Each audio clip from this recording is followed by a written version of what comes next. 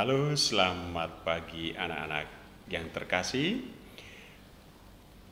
Selamat bertemu kembali dalam pembelajaran geografi tentang sistem informasi geografi. Minggu lalu kita sudah membahas tentang pengetahuan peta, lalu kemudian tentang penginderaan jauh, dan sekarang yang ketiga tentang sistem informasi geografi. Baik, pada gambar yang pertama di video ini Bapak menyampaikan tentang uraian subsistem sistem informasi geografi ya. Ada data input, ada tabel, laporan, pengukuran lapangan, data digital, peta tematik, citra satelit, foto udara, data lainnya. Lalu kemudian masuk ke manajemen dan manipulasi. Jadi itu data-data yang tadi input tadi masuk ke proses atau manajemen manipulasi tadi. Kemudian di situ diolah, lalu hasilnya menjadi output yang disebut dengan output. Bisa berupa peta, bisa berupa tabel, laporan, dan data digital lainnya. Baik, itu gambaran umum cara kerjanya. Sekarang kita lihat pemahaman tentang itu. Jadi SIG merupakan pengelolaan data geografi didasarkan pada kerja komputer atau mesin. Secara umum proses SIG terdiri atas 3 bagian, yaitu masukkan data atau input data, lalu kedua manipulasi atau analisis data, dan penyajian data atau output data. Sumber SIG. Data dasar dimasukkan SIG diperoleh dari 4 sumber data di lapangan: data peta, penginderaan jauh, dan statistik. Data penginderaan jauh adalah dari remote sensing, adalah data dalam bentuk citra foto dan foto udara. Lalu kemudian data lapangan itu data terestris, yaitu data yang diperoleh secara langsung melalui hasil pengamatan di lapangan. 3 data peta, yaitu data yang telah terekam pada kertas atau film, misalnya peta geologi, peta jenis tanah, dan lain sebagainya. 4, data statistik, yaitu data hasil pencatatan statistik dalam bentuk tabel, laporan survei lapangan, sensus penduduk, dan lain-lain. Lalu tahapan-tahapan SIG atau tahapan sistem informasi geografi.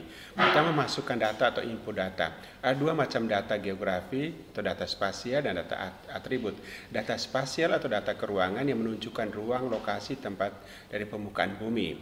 Sedangkan data atribut atau deskripsi yaitu data yang terdapat pada ruang atau tempat. Atribut menjelaskan suatu informasi. Data atribut diperoleh dari data primer seperti catatan lapangan, survei lapangan, data sekunder, dan lain-lain. Lalu ada data spasial dan data atribut tersimpan dalam bentuk titik-titik dot, poligon, pixel, dan lain sebagainya. Data dalam bentuk garis vektor meliputi jaringan jalan, pipa. Lalu data dalam bentuk poligon area meliputi daerah administrasi, geologi, geomorfologi, jenis tanah, dan lain sebagainya. Lalu istilah-istilah berkaitan dengan SIG. Pertama, buffering.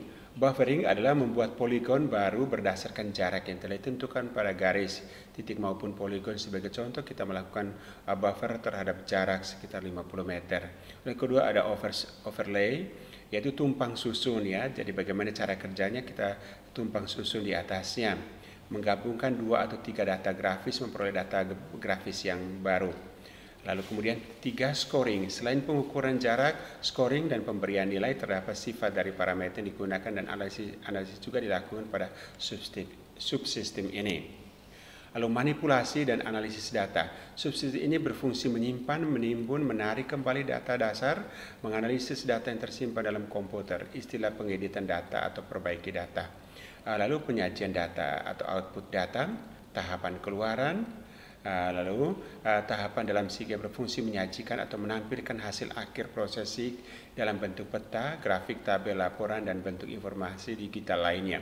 Ada diperlukan juga perencanaan analisis yang menentukan kebijaksanaan terhadap suatu objek geografis, misalnya untuk mendukung pengambilan keputusan dalam perencanaan pengelolaan penggunaan lahan atau land use. Lalu selain diperlukan informasi secara tepat dan akurat, keuntungan SIG dengan menggunakan komputer dapat kita temukan. Kemudahannya adalah pertama, mudah dalam pengolahan.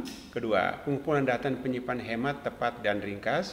3. Mudah diulang dalam fase waktu-waktu diperlukan, mudah diubah waktu-waktu diperlukan perubahan, mudah dibawa, dikirim, ditransformasikan, dipindahkan, aman karena dapat dikunci dengan kode atau manual, relatif murah dibandingkan dengan survei lapangan, data sulit ditampilkan secara manual, dibesarkan, bahkan data yang sulit ditampilkan secara manual, dibesarkan, bahkan dapat ditampilkan dalam 3 dimensi.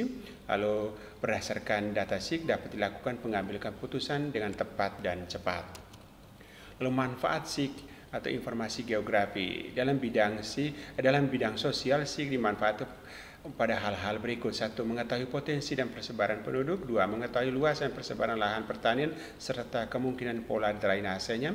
3. Pendataan pengembangan jaringan transportasi. 4.